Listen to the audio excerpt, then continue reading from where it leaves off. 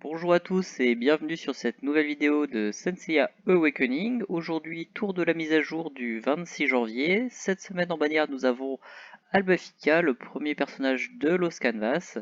Donc un personnage plutôt support qui va diminuer le heal de votre adversaire et les dégâts qu'il inflige. Cette semaine, nous aurons également le refresh de la boutique des étoiles pour aller chercher du coup toutes sortes de récompenses gratuitement. Pour ma part, je pense que je vais juste faire les 40 par jour pour, entre guillemets, essayer d'aller chercher le personnage à moindre coût, puisque derrière vous aurez Perséphone, personnage SS qui va sûrement demander énormément de poules pour tomber. Donc je vais être plutôt prudent et économiser au maximum mes gemmes. Cette semaine, nous avons du coup l'événement en rapport avec la sortie d'Albafika. Donc vous allez avoir un petit événement PvE dans lequel vous jouerez une des teams qui contient Albafika.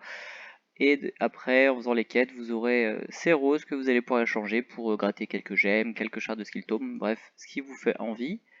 Ensuite, côté événement, on a le retour de l'aura des enfers. Donc vous dépensez votre endurance et ça vous permet d'aller récupérer des cosmos qui normalement sont intéressants ou difficiles à obtenir.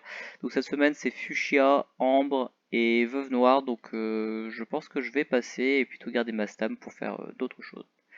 Ensuite en événement PvE vous aurez l'assaut de Légion, donc dans ce mode vous allez affronter Odysseus dans un skin un peu futuriste en mode robot style Gundam. Donc le boss n'est pas très difficile et en fait en fonction des dégâts que vous allez infliger vous allez débloquer des récompenses. Le problème c'est que une fois qu'un de vos personnages est utilisé dans une des équipes, il ne peut pas être réutilisé dans une autre à moins de payer des coupons. Donc je vous encourage à mettre votre meilleur team entre guillemets pour faire un maximum de dégâts dès le début et avoir les dégâts requis pour aller chercher toutes les récompenses. Donc c'est relativement simple. Pour ma part, je suis passé avec une team qui contenait Artemis, Luna, IkiGC, Seiya, Radamant et MioGC. Donc j'ai sans mal pu faire les dégâts pour aller chercher toutes les récompenses. Si vous êtes cash player, vous aurez possibilité de payer 500 coupons pour débloquer la deuxième ligne qui est plutôt intéressante. Donc 500 coupons c'est moins de 10 euros même sans les réducs Huawei, même sans les doubles coupons. Et en échange, vous aurez une quinzaine de gemmes plus 900 diamants, ce qui fait presque une dizaine de gemmes supplémentaires, et 10 shards de tome, donc plutôt intéressant pour les cash players, même les petits cash players, c'est une offre relativement intéressante. Ensuite, nous avons le retour de la chasse au trésor. Donc, vous aurez comme d'habitude 40 essais gratuits. Pour cela, vous allez dans l'échange à durée limitée. Vous aurez cet échange qui vous sera proposé jusqu'à 4 fois où vous échangez des pièces d'or contre des roses. Donc, vous allez récupérer un total de 40 roses. Et après, au petit bonheur la chance, si vous avez beaucoup de chance, vous aurez des lots intéressants. Et si vous n'en avez pas, bah, vous aurez peut-être des packs de 10 diamants, un peu comme moi. Enfin bref, je vous souhaite bonne chance. Si vous voulez plus de tirages, vous allez dans la boutique, vous payez en coupon, vous achetez les trucs de la chasse au trésor et vous essayez d'aller obtenir ce qui vous intéresse. Pour ma part, en tant que petit cash player, moyen cash player, je trouve pas ça hyper intéressant la chasse au trésor, d'autant que bon, il y a deux Cosmos SS double speed, mais vu que je joue pas trop Ambre Sanguine de base ni les nouveaux héliotropes, je pense pas aller chercher la chasse au trésor.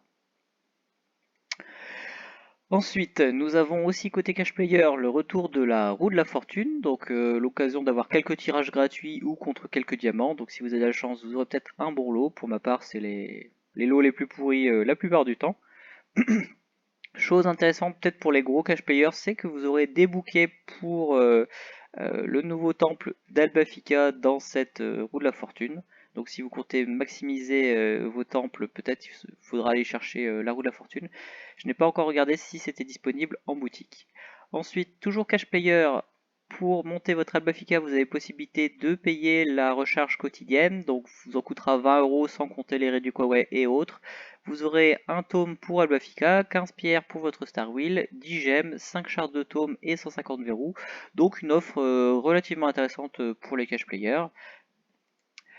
Ensuite, si vous avez chance de pull Albafica, bien sûr vous avez tous les événements liés au fait de monter le personnage, hein. Plus vous montrez ses compétences, plus vous aurez de retour sur investissement en tome, en XP, et vous aurez également des fleurs pour son temple si vous allez jusqu'à maxer ou presque le personnage. Donc ensuite, côté échange à durée limitée, la même chose que d'habitude, vous avez les 40 gemmes pour les 45 temporaires pour aller chercher Albafica, donc n'hésitez pas à le faire. Vous avez également un tome, hein, si vous avez besoin de tome pour Albafica ou que vous vous préparez à paquer pour Artemis la semaine prochaine, n'hésitez pas. Ensuite, cette semaine, nous avons le retour de la médaille des chevaliers. Donc comme d'habitude, si vous comptez acheter des niveaux dans la médaille des chevaliers, autant le faire cette semaine, puisque en achetant des niveaux, vous allez avoir des niveaux qui vous seront offerts, hein, avec ces petites récompenses.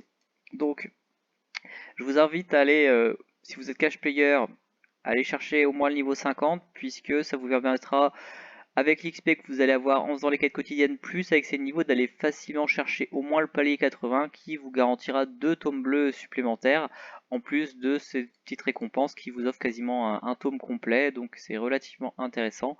N'hésitez pas, si vous êtes cash player, à monter cette semaine votre médaille des chevaliers.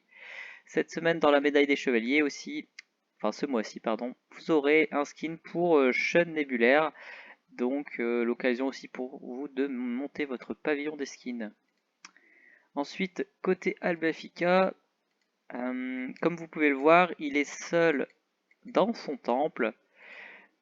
Donc il aura sans doute des stats moins élevées que les personnages qui seraient dans des temples où vous avez déjà 8 ou 9 personnages et un niveau assez élevé. Donc prenez ça en compte quand vous allez décider si oui ou non vous voulez maximiser votre personnage. Et aussi j'avais packé 9000 boîtes de fleurs violettes en espérant récupérer notamment des fleurs pour le temple d'Albafica. Mais vous voyez que sur les 9000 fleurs, je n'ai pu monter que au niveau 9. Donc je ne sais pas si les boîtes de fleurs violettes ne contiennent pas encore de lotus de neige ou si il y en a vraiment très très peu. Enfin dans tous les cas, ça laisse sous-entendre que dans l'immédiat, si vous voulez monter votre temple d'Albafica, vous allez devoir passer par la cache cache player et tenter du coup de trouver des bouquets pour le personnage. Sinon, côté boutique, j'ai fait le tour des packs assez brièvement, mais il n'y a rien de vraiment transcendant cette semaine, ni pour Albafica, ni pour quoi que ce soit en particulier. On peut aller regarder vite fait si jamais ils ont ajouté de nouveaux bouquets. Non, le dernier bouquet c'est l'éclat de l'héritage, c'est-à-dire qu'ils n'ont pas encore ajouté les bouquets pour Albafica. Donc j'imagine qu'ils vont les ajouter prochainement si vous êtes cash player. Euh, Dans l'immédiat, il faudra peut-être patienter pour monter votre temple le plus vite possible. Ensuite, côté cash player, toujours beaucoup d'événements cash player cette semaine, hein. Vous avez la bénédiction de Renaissance, donc l'occasion pour vous d'aller chercher des cosmos double speed, hein, selon ce qui vous fait envie. Pour rappel, vous aurez besoin d'une quarantaine de pierres, voire un peu plus selon votre chance, pour être garanti d'avoir votre Cosmo autant désiré. Donc si vous n'avez pas, comme moi, assez de pierres dans l'immédiat pour aller chercher votre Cosmo, je vous encourage à paquer et à garder du coup vos pierres de réincarnation pour une prochaine fois. On avait aussi dans la bannière un nouveau personnage avancé, qui s'appelait Doko le tigre. Mais malheureusement, je n'ai pas trouvé où est-ce qu'il serait disponible. Donc il est quand même visible dans le codex. Donc j'imagine que ce sera comme les autres personnages enfants, un personnage qui va se barrer dès le début du combat. Donc il n'a pas forcément grande utilité à part faire la collection. Donc voilà. Si vous hésitez à pull sur Albafica, je vous mets dans la vidéo les liens en dessous pour la vidéo que j'avais réalisée pour ma review du personnage. Et aussi, j'avais fait des vidéos de review des tomes de Los Canvas. Donc si vous voulez en apprendre un peu plus sur l'histoire d'Albafica et pourquoi c'est un personnage euh, apprécié par les fans, je vous encourage à regarder ces vidéos.